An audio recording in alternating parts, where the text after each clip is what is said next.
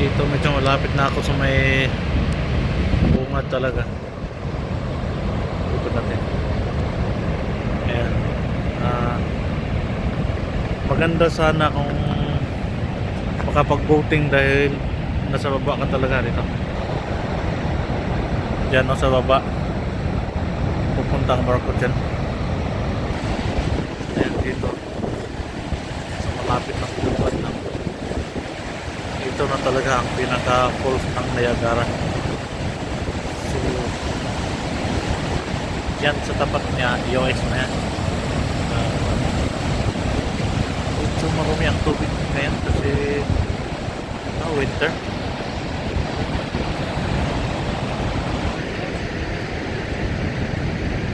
Ayan. Sa likod ko naman Marriott Hotel, mga hotel ito likod na mamahalin.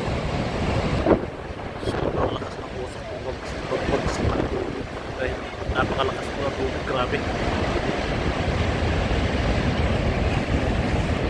Dito naman yung ilog na talagang nandito yung mga pumupulusok na tubig. Ayan guys, grabe sa laki ng ano dyan. Ayan yung pahulog na yung tubig, ang ganda tingnan na. Parang nasa butas ng butas. Pre, halika pre, maligo tayo dito pre Joel. Kaso lang hindi masyadong maganda yung pagpunta namin dito kasi sobrang lamig. So babalik kami sa summer siguro para sasakay kami sa boat papunta dyan sa ilalim. So sa ngayon dito muna sa taas.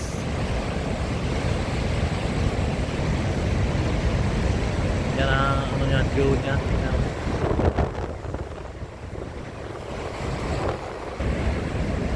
Sa tingin ko maraming isda dyan kasi ang daming ibon Yung mga ibon na yan nanguhuli ng isda yan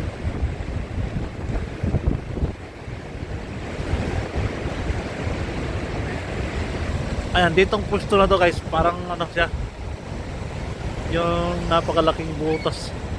Siguro ang gandang tingnan sa taas nito yung mga hotel na yan. Kung mapapansin mo, ang daming hotel sa likod ko. Kung dyan ka nakatira sa gabi, ang ganda ng view. Asa lang mahirap mag-book sa mga hotel na dyan. Kung mayroon ng bakante, medyo mataas-taas ang presyo din. Yun, so ito na po.